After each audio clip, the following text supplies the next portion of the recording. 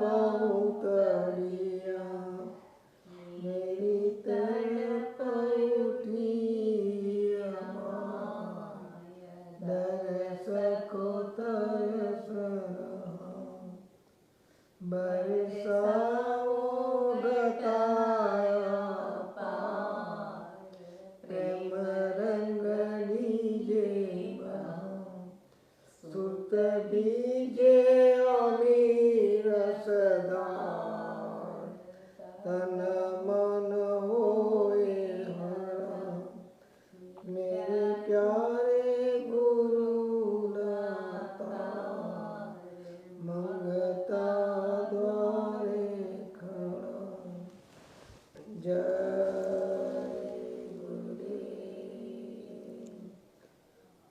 जय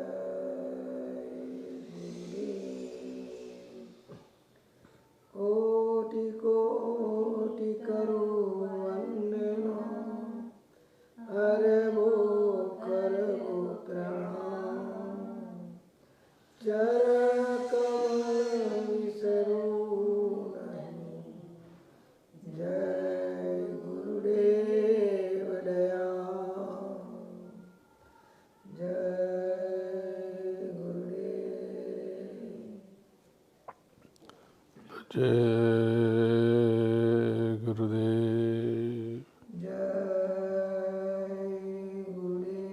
जय गुरुदेव। नाम किसका? प्रभु का। परम पूज्य गुरु महाराज के चरणों में बारंबार नमन करता हूँ और आप सबको प्रणाम करता हूँ। पवित्र जीवात्मा, ये मानव तन बहुत अनमोल है। अगर एक बार सांसों की पूंजी खत्म हो गई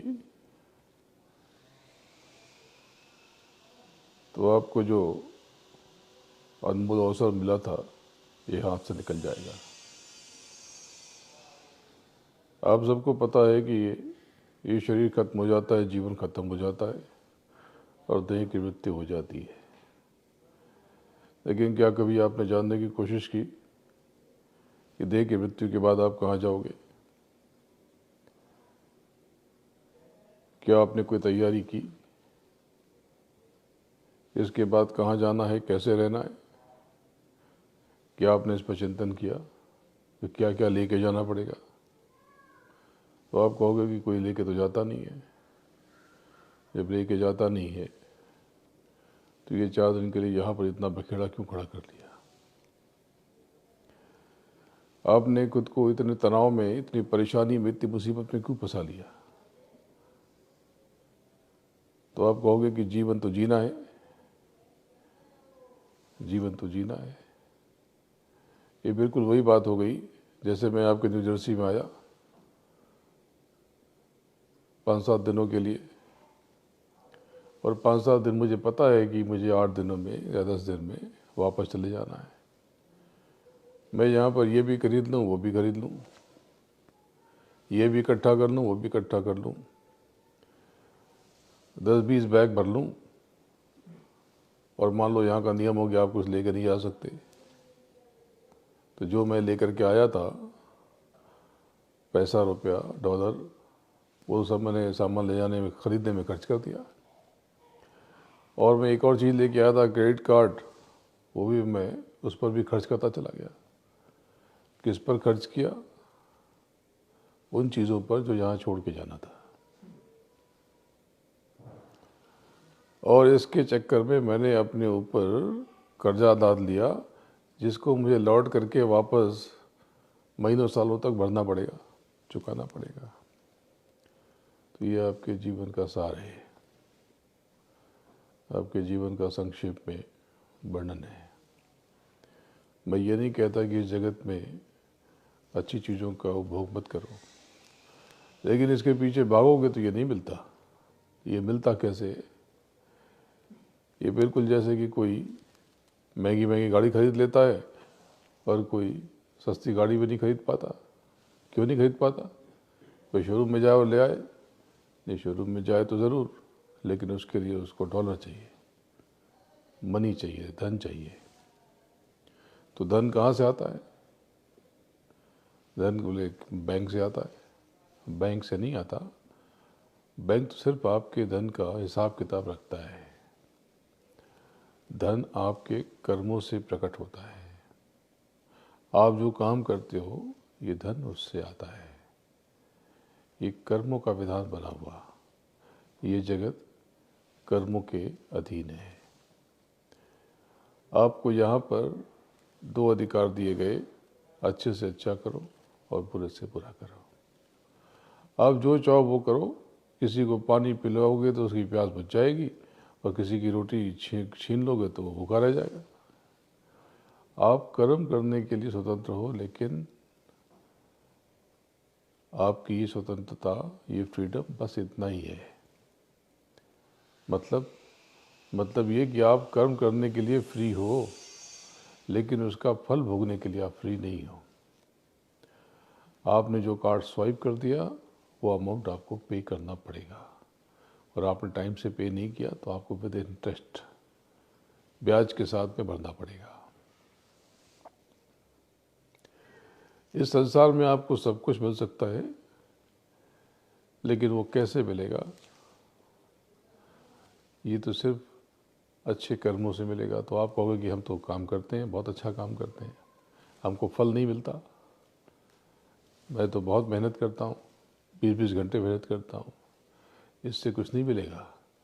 काम को तो अच्छी तरह से करना ही है, लेकिन जो आपका कर्म बना ये सेवा से बना।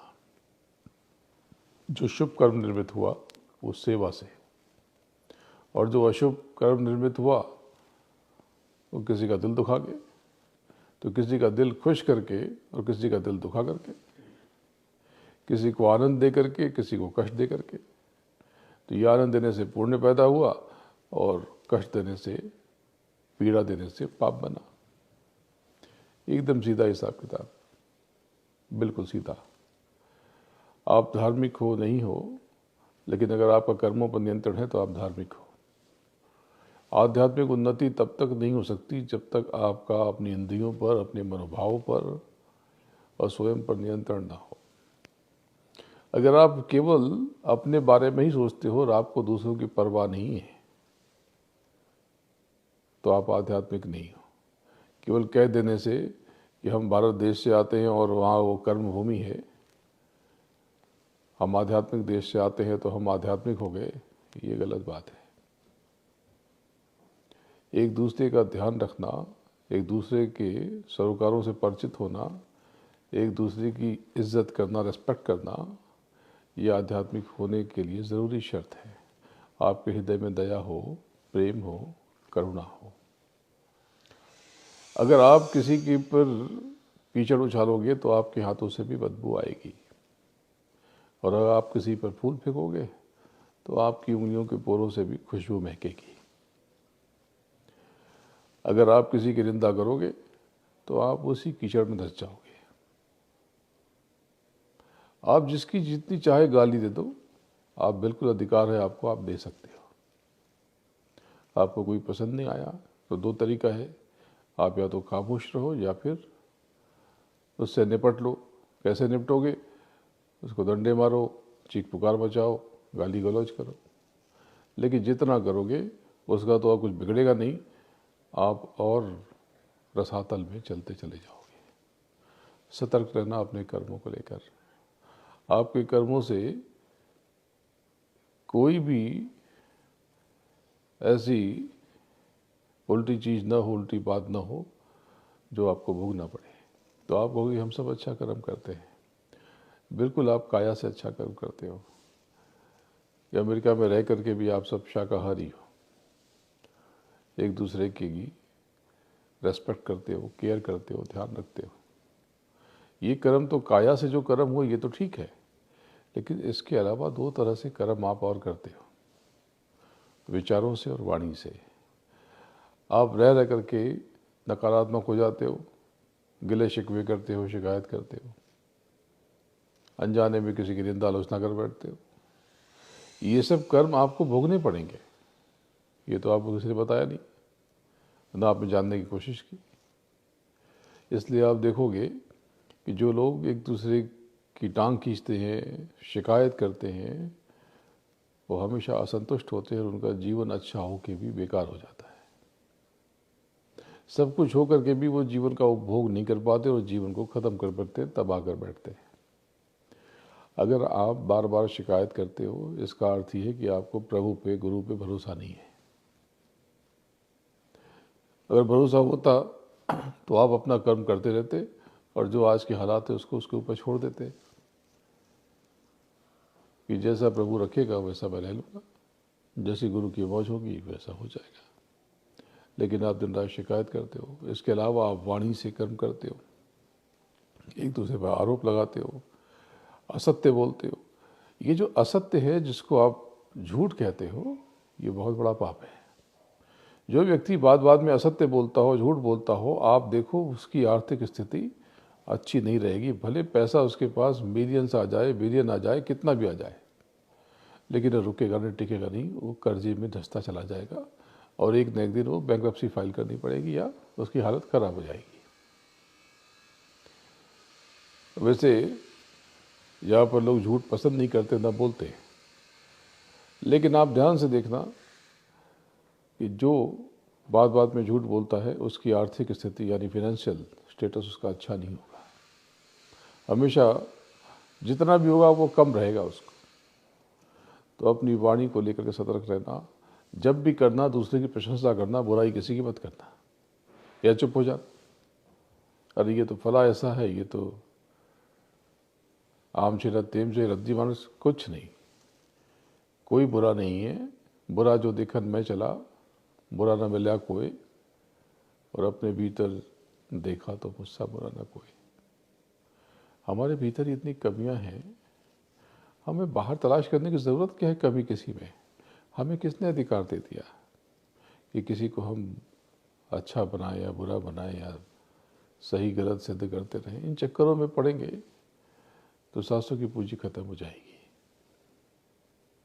आप अपने भीतर जाओ, अपने भीतर मालिक की तलाश करो, उस प्रभु की खोज करो, उस परम पिता को ढूंढो, आप जिसका अंश हो।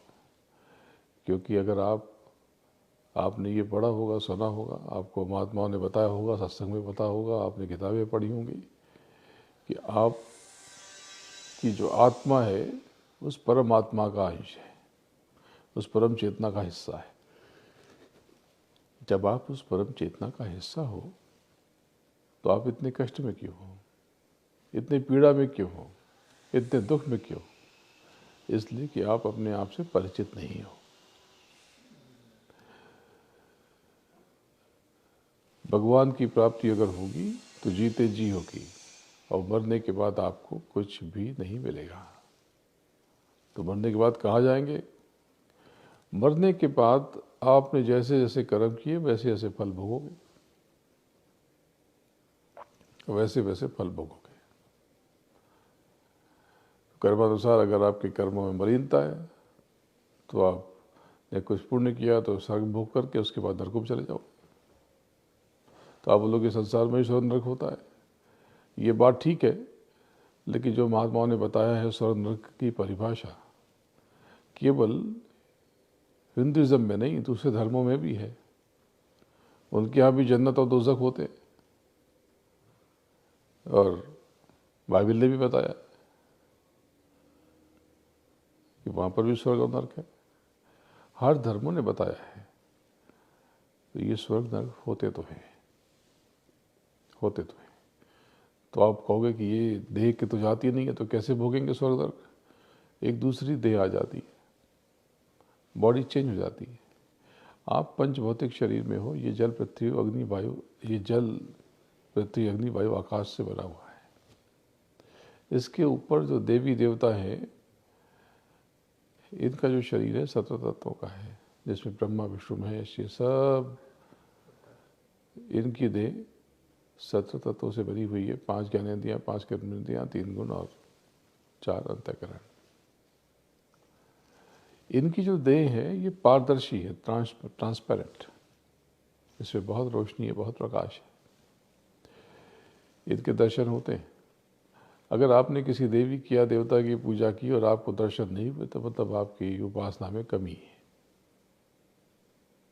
अभी हम लोगों ने यज्ञ किया, बरस में एक बार यज्ञ करते सत्युग अग्नि का, बड़ा अद्भुत विधान है उसका।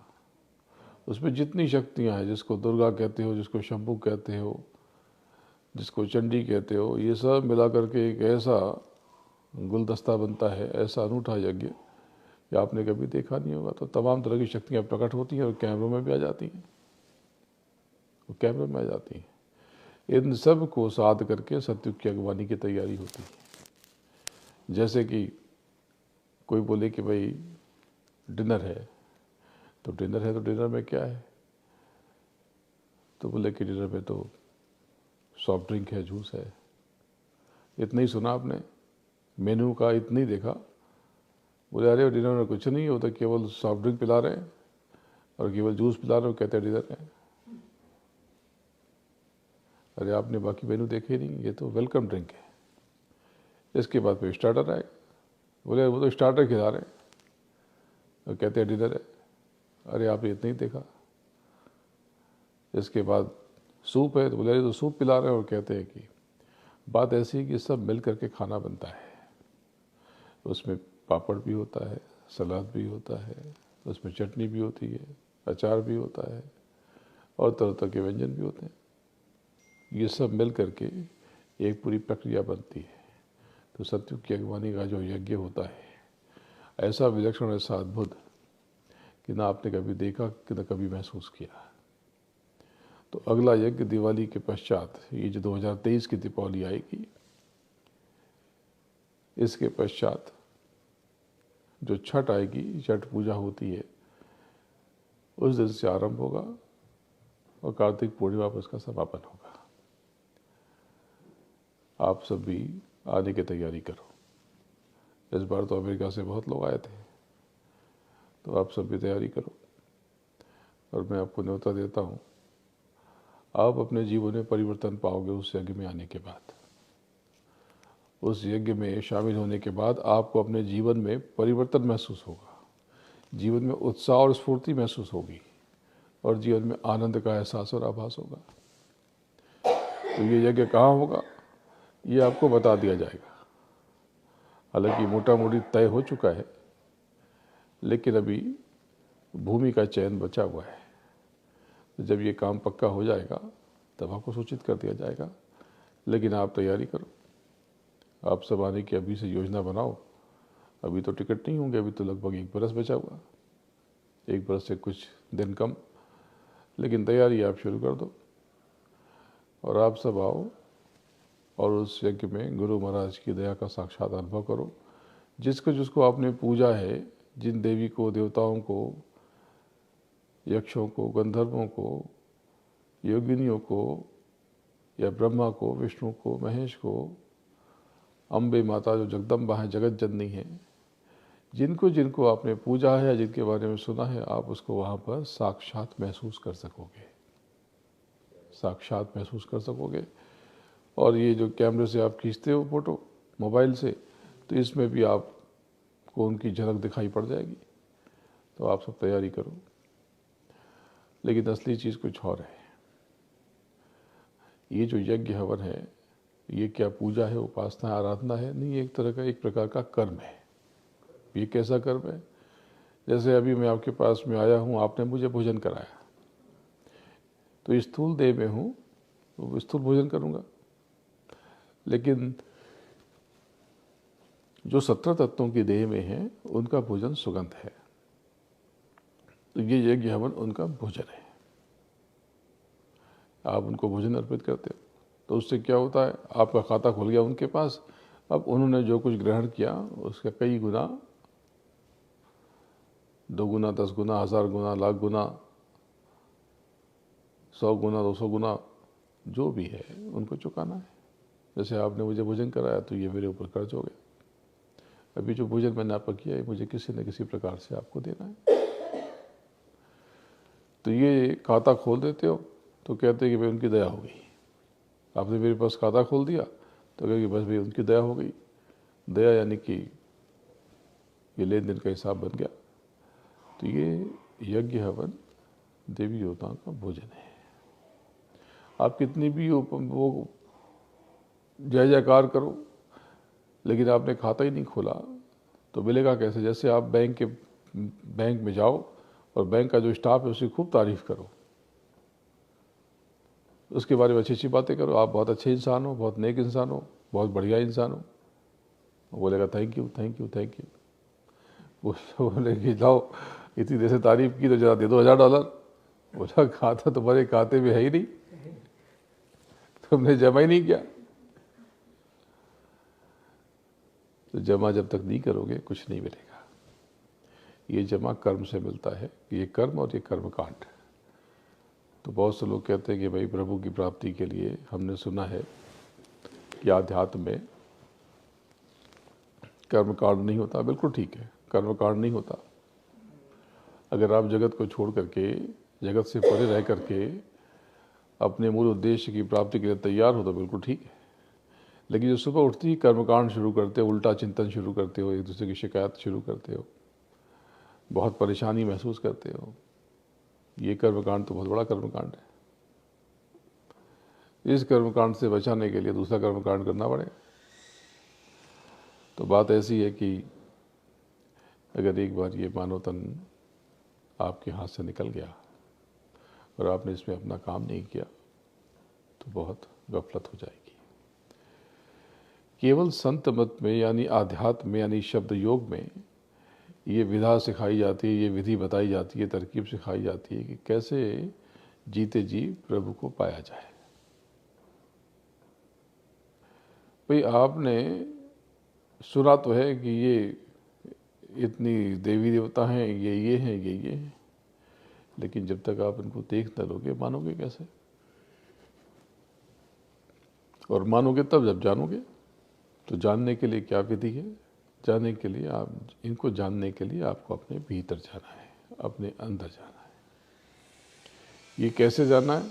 इसके लिए विधि है, इसको साधन भजन कहते हैं। साधन भजन में सुमिरन, ध्यान और भजन, ये 3 विधियां हैं। सुमिरना यानी पुकारना, जैसे बच्चा अपनी माँ को पुकारता है, माँ अपने बच्चे को पुकारती है, कोई अपने महबूब को, अपने गर्लफ्रेंड को, बॉयफ्रेंड को, अपने स्पाउस को पुकारता है, पूरे भाव से, तड़प कर, बहुत प्रेम से, बहुत श्रद्धा से। ये स्मरण है। सुमिरन यानी स्मरण यानी आवाज देना, पुकारना, यानी इश्क करना। यही असली पूजा है, चेतन से चेतन की पूजा। आपने जो धूप दिखाया, दीपक लगाए, ये सब आपने जो कुछ किया ये कर्म है। बोले धूप कर्म है, अगरबत्ती कर्म है, हाँ।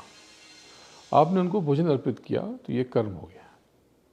लेकिन जिसको पूजन करते हैं वो आंख बंद करके होता है, अपने भीतर अपनी सूरत से यानी अपनी आत्मा से उस परमात्मा को याद करना। असली पूजा ये है। तो एक विधि सिखा देता हूँ। जब भी आपको अवसर मिले, दोनों आंखों के मध्य चले आओ, दोनों आंखों के बीच में आकर के ये जो दोनों आंख है, यहीं पर आज्ञा चक्र है आपका, और यहीं पर आप खुद को लाने की कोशिश करो और रोकने की कोशिश करो। निर्विचार यानी थॉटलेस होकर, बिना विचार किए हुए, अपने विचारों को रोक करके एक बिंदु पर आप रहने की कोशिश करो। इससे क्या होगा? इससे ये होगा कि आपके देह में 7 चक्रास हैं, 7 चक्र। ये चक्र 6th है, छठा है, इसको आज्ञा चक्र कहते हैं। आज्ञा चक्र का अर्थ है ऐसी जगह पर आ जाना जहाँ पर आप जो आज्ञा दो वो पूरी हो जाए। यानी ऐसी चेयर पा लेना, ऐसी पोजीशन पा लेना कि लोग आपका ऑर्डर मानने लगे। तो यहाँ पर जैसे कि अब एक गन है, गन को ऐसे चला दोगे तो कहाँ जाएगी मालूम नहीं और आपका मकसद पूरा नहीं होगा। लेकिन जब आप इस लेंस को उस पॉइंट से मिला देते हो, इस पर जो क्रॉस बना है उसको उससे मिला देते हो और उसको टारगेट पर रख देते हो। तो ये 3 जो आपका ऑब्जेक्ट है और ये पॉइंट और ये जो ग्लास का लेंस का जो पॉइंट है, ये तीनों मिल गए। अब ये आप इसको जो आज्ञा दोगे, आज्ञा तो उसमें तो क्या है, शूट एंड किल कर दो उस टारगेट को। इसमें तो यही आज्ञा हो सकती है, तो वो किल कर देगा। यानी एक बिंदु पर तीनों को ले आए। लेकिन आप जब आज्ञा चक्र पे आ जाते हो, तो आप जब उस चक्र पे स्थापित हो जाते हो, अपने उस चक्र को सक्रिय कर लेते हो, तो आप जो मांगते हो, जो चाहते हो, वो पूरा हो सकता है। तब आपके इशारे पर ये सूरज, चांद, तारे, सितारे, ये पूरा यूनिवर्स ये घूम सकता है। आप घुमाते नहीं हो, लेकिन घूम सकता है। जैसे आपका घर है, आपने घर को खरीद लिया, अब चाहो तो ये स्टेयर्स जो यहाँ पे है उसको तोड़ करके शिफ्ट कर लो। आप करते नहीं हो ऐसा। अभी नीचे काम चल रहा है, आप जो चाहो वो टाइल्स लगा दो, आपका हाउस है। आप चाहो तो कारपेट डाल दो, आप चाहे तो मार्बल लगा दो, चाहे तो आप वर्टिफाइड टाइल्स लगा दो, चाहे तो वुडन टाइल्स लगा दो। आप जो चाहो वो लग जाएगा, क्योंकि आपने खुद को उस गोल पर फिक्स कर दिया। यानी अब आप आज्ञा देने की पोजीशन में आ गए, यानी कि आपने इसको परचेस कर लिया, आप इसके ओनर बन गए, इस हाउस के आप ओनर बन गए। बस इसी प्रकार से आप ये जो हाउस है इसके ओनर बन जाओगे आप जब यहाँ पर आ जाओगे। आपकी ये बॉडी है, आप इस हाउस में हो, लेकिन अभी भी आप इसके ओनर नहीं हो। आप अपनी कामनाओं के में बंधे हुए हो, आप अपनी कामनाओं की पूर्ति किए जा रहे हो। ये बॉडी कहती है कि आई एम हंग्री, तो आप इसको फीड करने लगते हो, फूड देने लगते हो। ये कहता है कि मुझे गर्मी लग रही है, तो आप इसको ठंडा करने लगते हो। ये बॉडी कहती है कि आप मुझे ठंड लग रही है, तो आप इसे गर्म करने लगते हो, हीट ऑन करने लगते हो।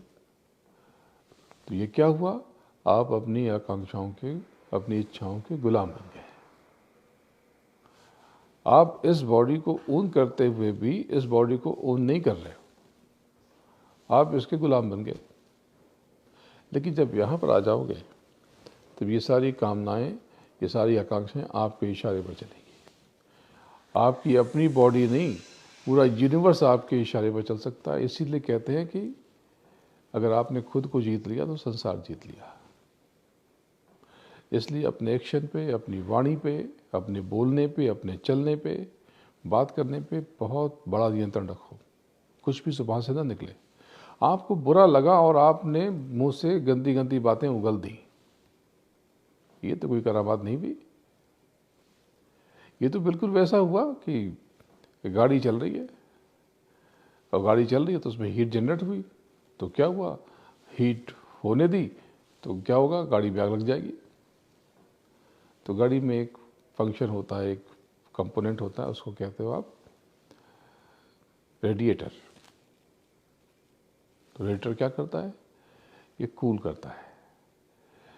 क्योंकि गाड़ी तभी चल पाएगी दूर तक, देर तक, जब तक उसमें ठंडक होगी, शीतलता होगी। ऐसे ही आपका जीवन तभी चल पाएगा जब उसमें शीतलता होगी, जब उसमें स्थिरता होगी, ठंडक होगी। आपके वचनों में, आचरण में ऐसा कुछ हो कि आपको भी आनंद आए, दूसरों को भी आनंद आए। इसी को कहा कि ऐसी वाणी बोलिए मन का आपा खोए, औरों को शीतल करे और आप हो शीतल हुए, खुद भी शीतल हो। तो इसका ध्यान रखना, आपके मुख से गलत वचन न निकले, कड़वे शब्द न निकले, आप असत्य न बोलो, दूसरों को क्रिटिसाइज मत करो, क्योंकि इससे सिर्फ आपका नुकसान है। आप बोले अरे वो तो बहुत बुरा आदमी है, वो अच्छा है या बुरा, अपने कर्मों के लिए वो जिम्मेदार है। He is responsible for his karma, she is responsible for her karma, और they are responsible for their karma. आपका इससे कोई नाता न कोई वास्ता। कौन क्या करता है इस फेर में मत पड़ो। एक तो आपके पास पूरी इन्फॉर्मेशन नहीं होती। जैसे किसी बड़ी सेलिब्रिटी को लेकर के लोग, या कोई बड़ा आदमी है, फेमस है, उसके बारे में कोई न्यूज़ आ गई तो लोग लगते हैं क्रिटिसाइज कर दें, अरे ही इज़ करप्ट, तो बहुत बुरा आदमी है, बहुत ख़राब आदमी है। क्या आपने जाना उसको? क्या आपको पता है कि उसने क्या किया है? क्या आपने उसकी बैलेंस शीट देखी है? क्या आपने उसका अकाउंट देखा है? कुछ नहीं देखा। आपने एक परसेप्शन बना लिया, एक इमेज बना ली बस, और उसके बाद आपके भीतर से जहर निकलना शुरू हो गया। ये जो जहर आपका निकला है, ये उसके पास नहीं जा रहा, ये आपके पास ही रह गया। आपकी खाने पीने में, सोच में, विचार में इसने आपको ही जहरीला बना दिया और आपके जीवन को खराब कर दिया। अगर आपके जीवन में कष्ट है तो यू आर रिस्पॉन्सिबल, आपके जीवन में सुख है, आनंद है तो यू आर रिस्पॉन्सिबल। मैं क्या कर रहा हूँ? आपके इस शहर में, इसी जगह पे, इस स्थान पे कितनी बार आ चुका हूँ। कहीं घूमने जाता हूँ, पता नहीं, मुझे तो पता भी नहीं है कि नेबरिंग सिटीज़ में या आसपास की जगहों पे क्या है। मुझे याद नहीं आता कि मैंने कभी घूम करके इस इलाके को कब देखा है। यहीं पास में न्यूयॉर्क है, वो स्टेचू मैंने 10 साल पहले देखा था। उसके बाद तो जाने कितनी बार आ चुका हूँ, आज तक मैंने रुख नहीं किया। न मैं घूमने जाता हूँ, न कुछ करने जाता हूँ। मैं क्या करता हूँ? इतनी मेहनत क्यों कर रहा हूँ? आप कभी सोचना। ये बार बार आकर के आपको नए नए जीवों को जगाने का काम, ये मैं करता क्या? ये मैं किसके लिए आ रहा हूँ? ओनली फॉर यू, सिर्फ आपके लिए, आप सबके लिए। मेरा क्या है इस पे? कभी सोचना। आपने मुझे क्या दे दिया और मैंने क्या ले लिया? अगर मैं घर से निकलता ही नहीं तो वो जो कुछ है वो सेव कर लेता। जो आने में खर्च हुए, तो जाने में खर्च होंगे, और जो जहाँ और भी मूवमेंट में, ट्रैवलिंग में खर्च होंगे, वो सब बचा लेता मैं। तो उसमें तो मेरा फ़ायदा ही होता, क्योंकि आप तो कुछ देते नहीं हो, आप दोगे तो मैं लेके जा भी नहीं सकता हूँ। तो मैं क्या कर रहा हूँ? मैं सिर्फ आपसे परिचय कराने के लिए बेकरार हूँ, और अपने कर्मों पर, ये मेरा कर्म है, ये मेरा काम है। मैं आपको जगाए जा रहा हूँ। आज नहीं तो कल आप जागोगे ही, आपको जागना ही पड़ेगा, आपको जागना ही पड़ेगा। क्योंकि मेरे गुरु महाराज ने कहा कि तुमको घर पहुँचाना, यही हमारा काम। आपको आपसे परिचित करा देना, आपका बोध करा देना, और आपका कोई घर है, कोई धाम है, कोई लोक है, वहाँ तक आपको पहुँचा देना, पहुँचने में मदद करना। इसके अलावा कोई काम नहीं। क्योंकि यहाँ पर इस एरिया में न तो घूमने की कोई जगह है। घूमने की जगह बहुत सुंदर सुंदर है। आपके अमेरिका में एक से बढ़ के एक जगह है, लेकिन आपको तो मेरा पूरा शेड्यूल, पूरा स्केड्यूल पता है। मैं कहीं नहीं जाता। यहाँ से निकलूँगा तो कहाँ जाऊँगा? मिडवेस्ट में। मिडवेस्ट में क्या है? बिल्कुल डेजर्ट, कुछ नहीं, कोई घूमने की जगह नहीं। टेक्सास चला जाऊँगा, टेक्सास में क्या है? कुछ भी नहीं। इसी के आसपास, आप सबके आसपास ही रह जाता हूँ।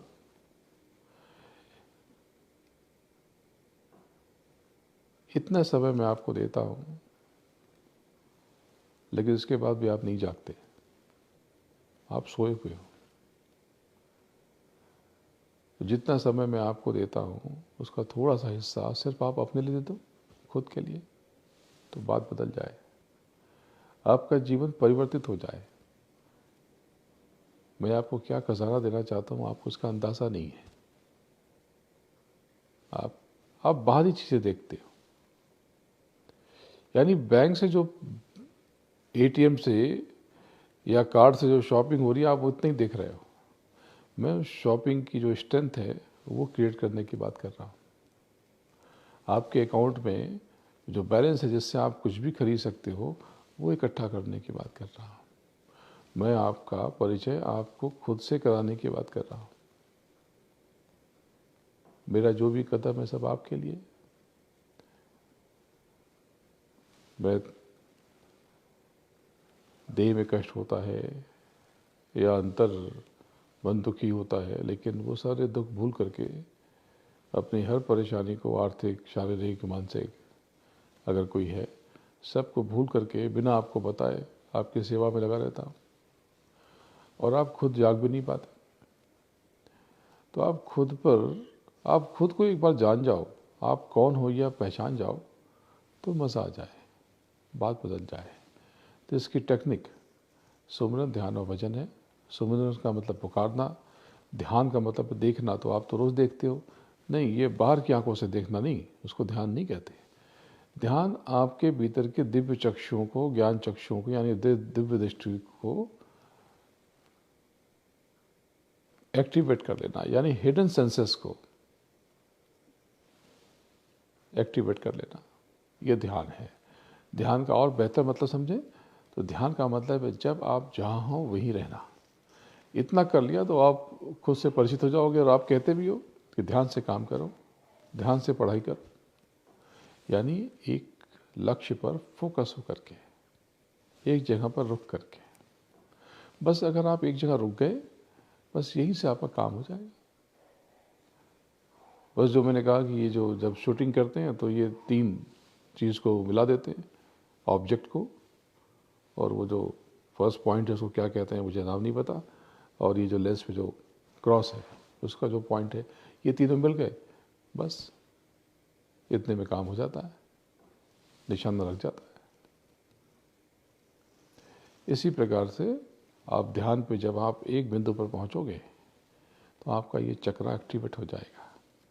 ये काल्पनिक बातें नहीं है, ये सिर्फ कल्पना की बातें नहीं है, ये सच्ची बात है। आप इसे करोगे, आजमाओगे तो आप पालोगे। तीसरी चीज़ है भजन। तो भजन आपको पता है कि आप कहेंगे हाँ हम जानते हैं। क्या जानते हो? ये भजन गाते हैं, हमारे यहाँ बहुत अच्छे अच्छे सिंगर यहाँ पर हैं जो भजन गाते हैं। वो भजन नहीं है, वो तो बाहरी भजन है, वो भक्ति गीत है, भक्ति गायन है। मैं जिसकी बात कर रहा हूँ वो कॉस्मिक साउंड को सुनना, वो भजन जो आपका मूल है, आपका आधार है। आपकी सोल, आपकी आत्मा, आपकी सूरत किस तत्व से बनी है आप लोगों को पता नहीं, ये तो हम सोचा ही नहीं। आपकी सोल का, आपकी आत्मा का, आपकी सूरत का जो तत्व है वो शब्द है। उसी शब्द को बाइबल ने वर्ड कहा, इस्लाम ने आसमानी आवाज़ कहा, हमने आकाशवाणी कहा, हमने नाद कहा, ब्रह्मनाद कहा, महाध्वनि कहा, उसी को हमने शब्द कहा। ये यही शब्द है जिससे आपकी सूरत बनी, क्योंकि वो जो प्रभु है वो भी शब्द स्वरूप है। ऐसा कैसे? ये कैसे कैसे कैसे हो सकता है? जब आप उसे देखोगे, उसे जानोगे, उसे पाओगे तो सब जान जाओगे। न इसमें कोई धोखा, न इसमें कोई छल। मैं तो आपसे कुछ लेता नहीं हूँ, कुछ मांगता नहीं हूँ, उसी पे इतना वहम हो जाता है आपको। तो अगर आपने खुद को जान लिया, पहचान लिया, तो आपके जीवन में कमाल हो जाएगा। तो ये रोज़ थोड़ा समय आपको निकालो, थोड़ा समय आपको निकालना चाहिए सुमिरन के लिए, ध्यान के लिए, भजन के लिए। तो सुमिरन मतलब क्या एग्जैक्टली समझ में नहीं आया। आपने कहा कि पुकारना, आवाज़ देना, कैसे आवाज़ दे? फ़ोन करके आवाज़ दें या बेल बजा के आवाज़ दे? नहीं, सुमिरन का मतलब है अपने अंतर में आवाज़ देना, अपने भीतर। इसके लिए एक माला ले लो, तो कोई मंत्र पढ़ना पड़ेगा। मंत्र सबसे बड़ा मंत्र है इस कलयुग में, गुरु महाराज का जगाया हुआ नाम जय गुरुदेव। इसको जय गुरुदेव, जय गुरुदेव तो बोल के करना नहीं, बिल्कुल जीव को हिलने मत देना। इससे क्या होगा? बड़ा कमाल होगा। शुरू में आपको थोड़ी दिक्कत होगी, असहसा लगेगा, लेकिन जब नियमित रूप से आप करोगे, रेगुलर बेसिस पे, तो आपके भीतर इतनी अगाध शक्ति भर जाएगी, इतनी ताकत भर जाएगी कि आप इस मानव शरीर में रहते हुए भी महामानव हो जाओगे। ये सुमिरन, ध्यान और भजन तो भजन आपने बताया नहीं, आप भजन तो बता दिया कि भाई कॉस्मिक साउंड को सुनना, सुनेंगे कैसे? ये बाहरी कानों को बंद कर दो, इसको आराम दे दो। यहाँ तो बहुत शांति है, तो यहाँ वैसे भी ज़रूरत कम है। आप देखो आपके भीतर एक वाइब्रेशन से, एक झंझनाहट सी महसूस हो रही है। ये दरअसल ऊपर से उतरते हुए शब्द है जिनको आप रिकॉग्नाइज नहीं कर पा रहे, पहचान नहीं पा रहे। तो इनको पकड़ के आप ऊपर चढ़ने की कोशिश करो। ऊपर बैठा हुआ आपके साथ सदगुरु चल रहा, वो गुरु चल रहा, और जिनको नामदान नहीं मिला, अंतर में वो नाम उतर आता है, अंतर में नाम महसूस होने लगता है। वो ध्वनि, वो शब्द आकर के घेरा बना करके आपके सामने खड़े हो जाते हैं। तो ये बड़ा प्रैक्टिकल सा पाथ है, मार्ग है, रास्ता है। इसमें कुछ भी मैंने आपको ना तो कोई बहुत समय लगाने वाली चीज़ सिखाई, न तो कोई खर्च करने वाले उपाय बताए। बस आपको अपने भीतर जाना सिखाया। ये करने के बाद आपका चेहरा दमकने लगेगा, चमकने लगेगा। सिर्फ इतने से ही आपका फेस ग्लो करने लगेगा, और आप धीरे धीरे धीरे अपने भीतर उस महाशक्ति की तरंग को, उसकी प्रेजेंस को आप महसूस करने लगोगे। और जब आप उसको महसूस करने लगोगे तो ये जगत की सारी चीज़ें आपके पीछे दौड़ पड़ेंगी। आपके कर्म शुद्ध रहेंगे। कर्म या तो किसी का होगा तो भला होगा आपके हाथों से। जब आपके कर्मों में शुचिता आ जाएगी, पवित्रता आ जाएगी, तो उसका फल आपको भोगना पड़ेगा। अच्छे कर्म का फल अच्छा होता है, तो ये आपको मिलेगा। ये इतना सरल रास्ता है, इतना सरल मार्ग है। एक कलयुग में इससे आसान विधि कभी नहीं बताई गई। कलयुग केवल नाम धारा, और सुमिर सुमिर बहुत रही पारा। बहुत आसान तरीका मैंने आपको बताया। ना तो मैंने आपको बहुत तंत्र मंत्र में उलझाया, न बहुत पूजा पाठ में उलझाया, न तो बहुत यज्ञ हवन में उलझाया। अभी तो आपने कहा यज्ञ, सिर्फ बरस में एक बार हम 10 दिनों तक यज्ञ करते हैं। 10 दिन या 9 दिन या जितने दिन भी होते। पहले 7 दिन का होता था, फिर ये बढ़ करके 10 दिन हो गया।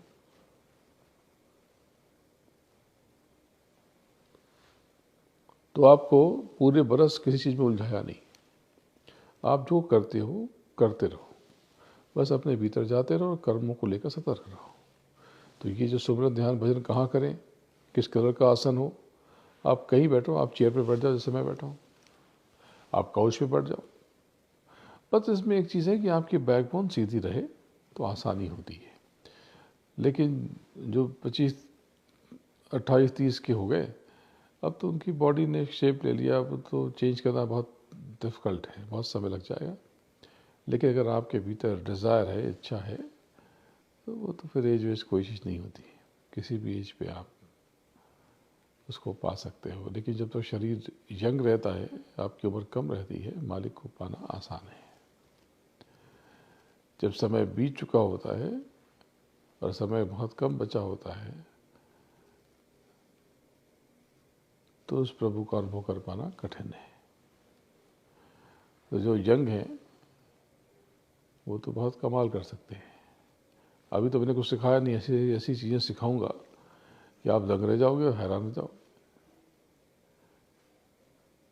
तो मैं आपको जो देना चाहता हूँ वो आप ले लो और अपने जीवन में बदलाव को महसूस करो। और ये अगली दिवाली 2023 की जो नवंबर में है, उसके पश्चात जो छठ पूजा है, उस दिन से साकेत महायज्ञ शुरू होगा। तो आप सब तैयारी करो और आप सब अपना दर्शन दो और अपने भीतर उतर करके उस मालिक का दर्शन वहाँ पे करो। बोलो जय गुरुदेव। जय गुरुदेव नाम किसका? प्रभु का। जय गुरुदेव नाम किसका? प्रभु का। गुरु महाराज के चरणों में नमन करता हूँ और आप सबको प्रणाम करता हूँ। जय गुरुदेव।